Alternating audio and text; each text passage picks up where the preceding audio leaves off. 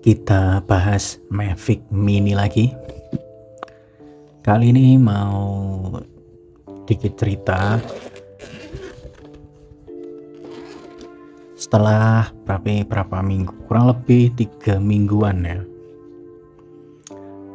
Kurang lebih 3 minggu pakai Mavic Mini ini dan beberapa kali terbang. Ada beberapa hal yang mungkin mau aku sharing ke teman-teman atau berbagi cerita dikit ya. Mungkin teman-teman yang udah pakai Mavic Mini juga pengalamannya seperti apa, silahkan komentar. Karena di drone yang aku dapat ini, yang notabene adalah barang second, barang bekas dengan kondisi yang masih oke banget nih, masih nempel, nggak ada lecet, nggak ada minus sama sekali untuk remote-nya.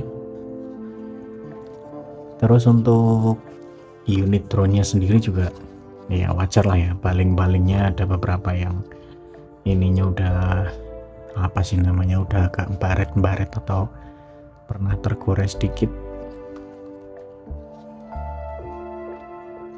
nih, kayak gini nih. Tapi untuk bagian bodi masih mulus, aman gitu ya. Gimbal pun juga masih aman. Lalu baterai yang paling penting, baterai juga untuk CC-nya kemarin aku dapat di berapa ya, 9 sama 11 kalau nggak salah, dari 3 baterai ini. Kalau nggak salah ada 8, 9 dan 11 gitu. Nah, yang mau kita bahas sedikit di sini adalah setelah aku ngerasain beberapa kali terbang. Yang pertama, drone ini ketika tak pakai terbang di area perkotaan yang kanan kirinya banyak bangunan tinggi, banyak rumah-rumah, lalu banyak pengguna wifi, lalu banyak juga tiang-tiang satunya tiang listrik tuh apa, jadi yang untuk sinyal radio dan sebagainya itu loh. Nah itu dia di kota, nanti videonya aku sertakan ya. Itu ketinggian 20 meter, jaraknya kurang lebih 50 meter. Itu udah langsung lost sinyal gitu. Mungkin yang pertama mau aku ceritain tentang itu. Jadi teman-teman harus hati-hati ketika nerbangin di daerah yang banyak objeknya atau banyak pengganggu sinyal lah ya gitu. Lalu yang kedua, drone ini juga punya resolusi atau kualitas kamera di 2,7K 30 fps. Nah di awal-awal kemarin aku pengambilan gambar pakai 1080 30 fps dan memorinya pakai yang SanDisk Extreme, tapi di remote-nya muncul keterangan bahwa memoriku kurang kenceng gitu. Padahal di rekomendasi yang tertulis di websitenya memang disarankan untuk pakai yang ekstrim tuh. Dan akhirnya besok aku coba pakai yang ekstrim pro itu.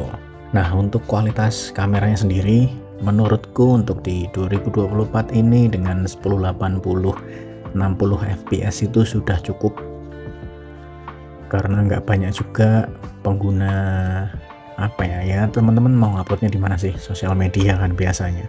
Nggak banyak pengguna sosial media yang pakai 2,7K atau bahkan 4K nya, karena kebanyakan juga mereka cuma ngikut settingan yang udah ada aja atau yang sudah kita sediakan. Cuman bedanya adalah ketika teman-teman pakai resolusi yang lebih gede, biasanya kualitas gambarnya jauh lebih bagus biasanya ya. Cuman balik lagi tergantung dari sensor kamera yang dipakai teman-teman tuh.